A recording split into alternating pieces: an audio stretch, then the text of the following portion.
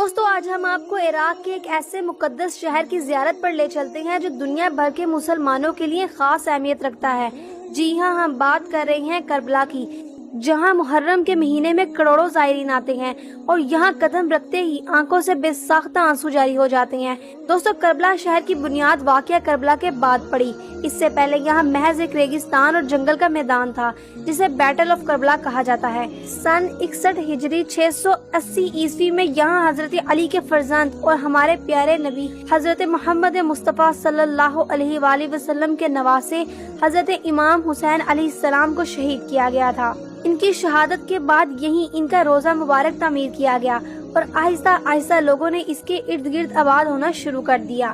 آبادی کا آغاز روزہ مبارک کے چاروں اطراف سے ہوا اور اب یہ مقام ایک مکمل شہر میں تبدیل ہو چکا ہے۔ کربلا شہر دو حصوں میں تقسیم ہے، قدیم کربلا جہاں زیادہ تو مقدس مقامات موجود ہیں اور دوسرا حصہ جہاں لوگ رہائش پذیر ہیں۔ حضرت امام حسین علیہ السلام کا روزہ مبارک کربلا میں ہے۔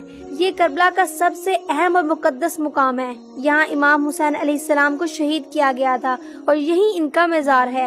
روزے کے اندر ایک میوزیم بھی بنایا گیا ہے جہاں واقعہ کربلا سے متعلق نوادرات اور معلومات فراہم کی جاتی ہے۔ حضرت عباس رضی اللہ عنہ کا روزہ مبارک حضرت امام حسین علیہ السلام کے روزے کے بالکل ساتھ ہی ان کے بھائی اور کربلا کی جنگ کے سپہ سالار حضرت عباس رضی اللہ عنہ کا روزہ مبارک ہے۔ یہ بھی ایک نہایت خوبصورت اور پرشکوہ مقام ہے جس کے اوپر ایک مشق بھی لگائی ہوئی ہے جو ان کے پانی لانے کی کوشش کی علامت ہے۔ بین الحرمین یہ وہ خوبصورت اور کشادہ جگہ ہے جو حضرت امام حسین اور حضرت عباس رضی اللہ عنہ کے روزے کو آپس میں ملاتی ہے۔ تقریباً 250 میٹر لمبی یہ جگہ زائرین کے لیے ایک پرسکون مقام ہے۔ کہا جاتا ہے کہ کربلا کی جنگ میں سب سے زیادہ شہداء اسی جگہ پر شہید ہوئے تھے۔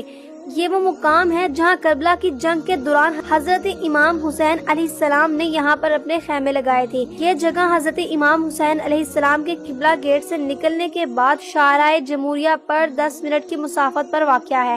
درائے فرات اگرچہ اب یہ حرم سے قدرے دور ہے لیکن 7 محرم کو یہیں پر پانی بند کیا گیا تھا اور حضرت عباس رضی اللہ عنہ نے اسی نہر سے پانی لانے کی کوشش کی تھی۔ دوستو آئیے جانتے ہیں کربلا میں 9 اور 10 محرم کا ماحول کیسا ہوتا ہے۔ محرم کا مہینہ شروع ہوتے ہی کربلا شہر زائرین سے بھر جاتا ہے۔ 9 اور 10 محرم کو یہاں کا ماحول انتہائی جذباتی اور پرعزم ہوتا ہے۔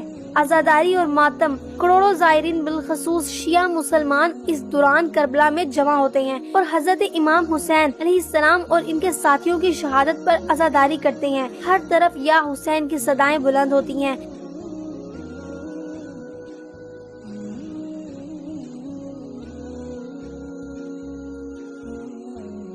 جلوس اور بھاگ دوڑے۔ 10 محرم یوم عاشوراء کو ظہر کی نماز کے بعد لوگ پورے شہر سے حضرت امام حسین علیہ السلام کے روزے کی طرف بھاگنا شروع کر دیتے ہیں۔ یہ عمل اس کیفیت کو ظاہر کرتا ہے جب کسی کو غم کی خبر ملتی ہے اور وہ اس غم زدہ مقام کی طرف دوڑتا ہے۔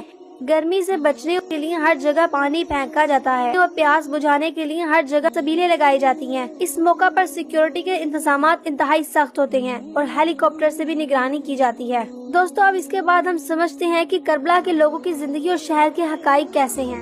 دوستو کربلا کی کل آبادی تقریباً 10 لاکھ ہے اور اس کا کل رقبہ 42 مربع کلومیٹر ہے۔ کربلا کے لوگوں کی آمدنی کا سب سے بڑا ذریعہ یہاں آنے والے کروڑوں زائرین ہیں۔